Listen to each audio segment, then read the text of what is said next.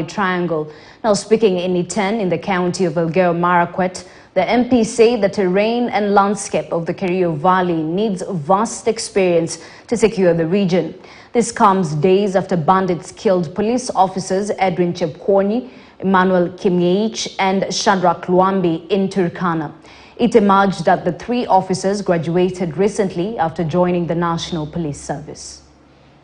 The President to use all necessary mechanisms to ensure that we eradicate insecurity in Kerio Valley once and for all. There are several issues that have been raised by leaders concerning opening up of the area and deploying experienced officers. Because we are mourning now as a nation and especially as a constituency, I've lost a very young person who is barely 28 years old of age, and we are raising questions as to why young officers are being deployed to such areas. We want to see experienced people who have served for 20, 15 years, people who know how to maneuver terrains.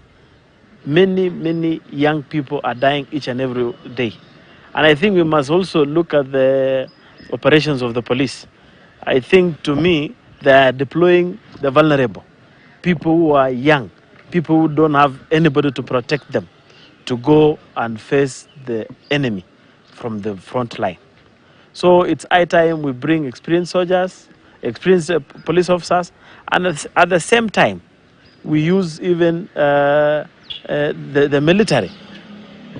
I had asked the other day when we were gracing an occasion there that in as much as we wait for government to deploy machinery, I want to call upon each and every citizen to embrace peace. We also need to embrace dialogue. We want to call the church. Where is the voice of the church? Where is the voice of the elders? Where is the voice of the professionals? So that we approach this thing from different angles. We are sure that the president, what he said yesterday, I'm sure that the president will act. President William Ruto is today expected to lead the nation on a national prayer day to intercede over the current economic times in the